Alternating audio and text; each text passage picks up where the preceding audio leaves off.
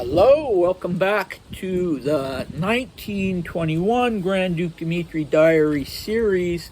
We are now up to the 7th of February. Just a brief recap. The 6th of February was a sightseeing day for Dmitri, where he went out to Kronborg Castle with a little party of English people. And then the day before was the ball for the winter season at the American Embassy or Mission. All right, it's cold here. I don't know why I'm doing this outside. It's pretty, but you can probably hear the wind blowing through the tree branches, and yeah, it's quite cold. All right, so let us dive in. We are 7th of February / 25th of February on the old calendar, I'm sorry, 7th on the old calendar, 25th on the new calendar, and it's 1921. It's a Monday. Dmitri is still in Copenhagen and still staying at the English Mission. So, let us dive in. I spent all morning writing. I had lunch at home, and in the afternoon went for a drive with Lucia. I really liked the city, and that day was clear and sunny. We went to the local Tiergarten, which is called Durhafen. At 5 o'clock, I went to the King for tea, stopping first at Meda's and dragged her along with me. Their Majesties were awfully kind to me, and, by the way, while I was there, I had a chance to observe how tactlessly she behaved with them. The conversation was exclusively about the weather. Adine hasn't changed at all, but Christian has aged frightfully. From the palace, I went with a visiting card to Olga. He lives at his father's house. It's apparently very old and of a most awful Victorian style. I dined that evening with the Marlings at the American Mission at Greuze. There at the English Mission, everything was upside down because the Marlings were giving their big ball of the season. We stayed at Greuze until 10 o'clock, and then we all returned. The number of people was terrible. It seems there were about 200. Muddle-headed Gustav, the brother of the king, was there, as were Thyra and Dagmar, who, the poor thing, God only knows what she looked like. I didn't dance, but sat out, and of course with Marie-Louise. Around 12 o'clock, we went in to the first supper, but that was a far cry from indicating that the guests were beginning to depart, because the dancing continued until 4 o'clock. Then there was a second supper at which Gustav got his second wind and didn't want to leave for anything. He departed only around 5 o'clock. Overall, I personally had a very good time. All right, lots going on here, really a lot. I could have done this one in 2 parts, but here we go. So we start out with an afternoon drive with Lucia. And Dmitri, though I didn't include it, points out that it was a drive in an automobile, not in a carriage. And I don't know what the proportion would have been to car traffic and carriage traffic in 1921, but I would think it was much more car traffic, but I don't know. If any of you know about that, please let me know. So the thing about Lucia is, because of this previous relationship they had, which had become very tense, that Dmitri doesn't say how it went, but maybe he will in one of his long diary entries, because I know it was something he was worried about. Okay, so they decide to go to the zoo, and that seems to have been something that Dmitri particularly liked to do. He liked animals, and if he was in any city for the first time. He always seemed to have wanted to go to the zoo, so this is not surprising. If we go back in time at some point and do the 1919 diaries, there's quite an amusing incident that happens when he goes there with a friend of his to the London Zoo in Regent's Park, but that will be another video. Okay, and then he's invited to the kings for tea. So the king was Christian X of Denmark, and his wife, Princess, or Queen, I should say, Alexandrine, whom Dmitri calls Adine, Adine. So there is, he says that they're very nice to him. They're awfully kind to me. But there's this sort of strange thing that he stops. He uses his word for when he stops by somebody's place and they are not necessarily aware that he's coming. Most often they're not aware that he's coming, so he stops to pick up Prince Olga's wife, Meta. He stops by her place, probably in a British embassy car, and then he uses this odd word, I dragged her along with me. So apparently there was some reluctance on her part. I don't know if he had wanted Olga to go with him, but if so, clearly Olga wasn't home, and Olga was on active service at that time in his life with the Danish military. So, you know, Meta was there, and Dmitri dragged her along. And why did he do that? I mean, you wouldn't think that if you were invited to tea by the king and queen that you would feel free to bring a +1, so to speak. But yeah, maybe he was nervous. We know from what he says that he had met the king before, even though he'd never been to Denmark before. And he certainly knew the queen because she was a Romanov. She was, well, through her mother was a Romanov Grand Duchess. So through her mother, she was a Romanov, belonging to one of the junior branches of the family, the Mikhailovich branch of the family, not particularly close to Dmitri. He was more closely related and knew the Konstantinovich branch of the family better. But anyway, they knew each other, and he also knew the king, perhaps not well. And so he drags Meta along, and they have this nice tea, but, you know, nothing special about it. They're very kind to him. They, yeah, he is able to assess that Christian has gotten very much older, and that Adine hasn't, that she hasn't changed at all. And he's rather curious to see how they're going to react to Olga's morganatic wife. And apparently they were fine with her, but she was tactless toward them. That's how Dmitri assesses it. So too bad he doesn't give a little more detail about that and what he found to be tactless. So the other thing that's interesting is that he says the conversation was exclusively about the weather.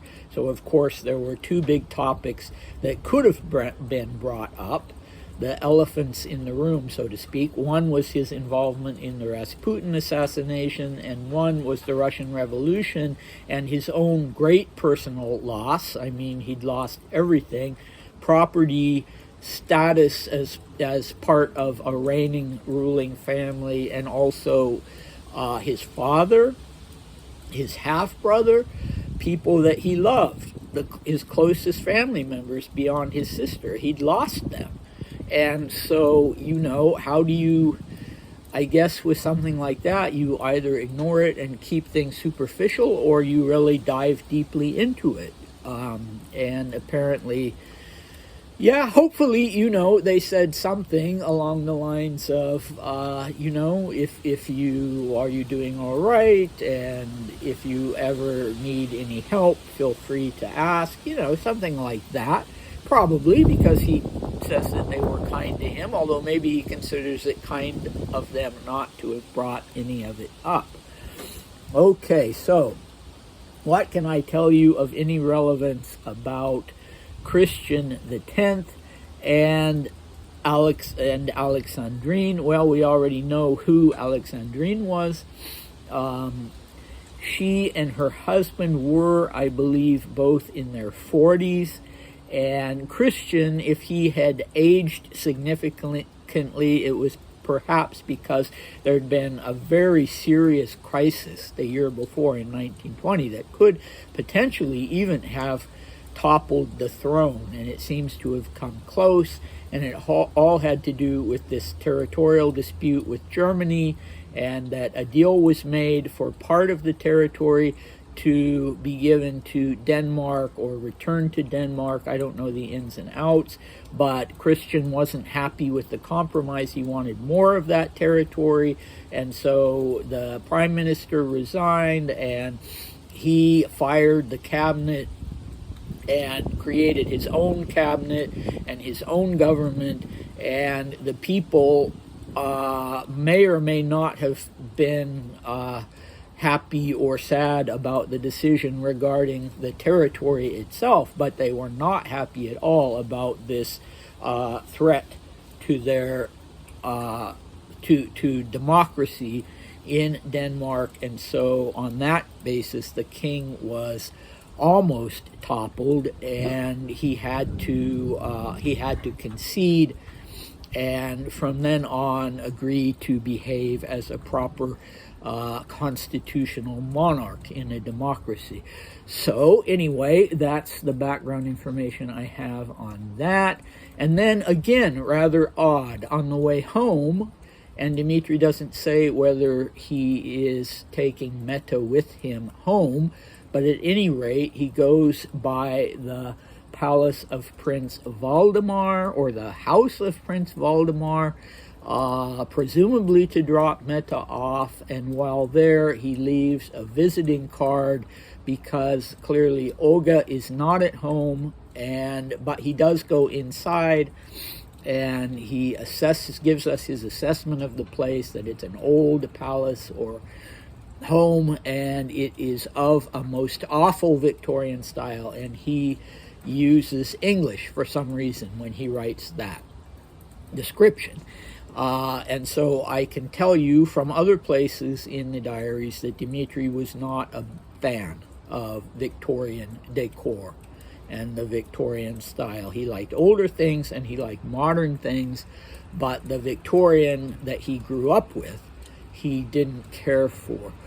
Okay, then, rather interestingly, now I am not well acquainted with these grand occasions, so I've never been to a ball. I don't really know anything about them, except what I've gleaned at second and third hand. So it strikes me as odd that Dmitri and the Marlings go for dinner at the American mission on the night of their own big ball at the English mission, and instead they go for dinner as the guests of American Ambassador Grew, and they stay there until 10 o'clock when the ball starts. And with my limited knowledge of these things, it seems to me that usually you would invite a small select number of people to come for dinner immediately before the ball, and you wouldn't go have dinner somewhere else. But on this occasion, that's what they did. And Dmitri tells us that everything was upside down and topsy-turvy at the English mission, and so they kind of needed to get out from underfoot, I guess. Maybe things weren't that well organized. And then it also surprises me a little bit that the ball starts so late at 10 o'clock, although that doesn't seem to have been unusual. It's just, I guess the idea was that you would have dinner first and then the ball would start, but it made it, a very late occasion. If any of them were military men, for instance, who had to work the next day, then it certainly wouldn't have been easy for them. It's a Monday after all, but such is life, I guess, in aristocratic and royal circles. So it doesn't seem like Dmitri was thrilled that there were so many people there. There were about 200 people. And it even sounds a little bit like he wasn't thrilled that it went that long, and kind of blamed Prince Gustav for that. But at any rate, he tells us that overall he had a very good time, and I think we know the reason for that, even though he was no longer dancing on public occasions or formal occasions when the public was in attendance, or some portion of the public. He was nonetheless able to spend the evening with Marie-Louise, whom he had developed this instant connection to. So, you know, he's kind of, as I mentioned before, he's kind of our Mr. Darcy on this occasion, because he's not dancing, and because, you know, he's inaccessible to the women there, and I'm sure that caused that some resentment. You know, young ladies who thought that they would get a chance to dance with the Grand Duke. Well, no, not only was he not dancing, but he wasn't really paying any attention to them or looking around to see, you know, what were the best prospects. He'd already found his. Okay, so then to conclude, we have this interesting description of 3 of the king's siblings, Prince Gustav, Princess Thyra, and Princess Dagmar. So I'm using, Dmitri writes Princess Thyra's name T-U-R-A. He writes it phonetically, even though he writes it in Latin letters. He writes it phonetically probably because he didn't know how it was spelled. So I'm going to give him the benefit of the doubt and take my model myself on him as far as the pronunciation is concerned and say Thyra, because I have no idea how it's pronounced, but I'm sure it's not pronounced like it's spelled Thyra. I know Dagmar isn't pronounced as it's spelled, and I've heard it pronounced before, and I can't reproduce that, but Dmitri writes it Dagmar. Maybe he didn't pronounce it that way, but he doesn't write it phonetically because he knows how it's spelled, would be my guess. So Gustav he describes as muddle-headed, and I wonder if Gustav, if that was just Dmitri, or if Gustav had that reputation within the family, within the extended family. The word he actually uses is the French word ramolli, but I've put in muddle-headed. And yeah, so I didn't find anything of note about Gustav. He was 4 years older than Dmitri, and aside from that, he was kind of a non-entity, apparently. Never married and just pretty much led a quiet life, whether he was truly muddle-headed or not. And then there's Thyra and Dagmar, and they were, both of them, I think, were very close to Dmitri's age. No, it was Dagmar was within a year of Dmitri's age, but Thyra was older. She was 11 years older than Dmitri, so quite a span of years there between the siblings. And he just has nothing to say about Thyra, but about Dagmar, you would think that that would possibly be a good match for him, but clearly that he's not looking in that direction, because poor thing, his favorite expression to use about people whom he feels sorry for in some way, God only knows what she looked like. He said, well, I had a look at some pictures of her, and yeah, okay, so she wasn't the most beautiful woman in the world. Maybe he didn't like her taste in clothes either. I don't know. But as I said, he passed up what could have been a good match, possibly. At any rate, I don't know if she was interested. Yeah, the older one he doesn't say anything about at all. Apparently she looked acceptable by his standards.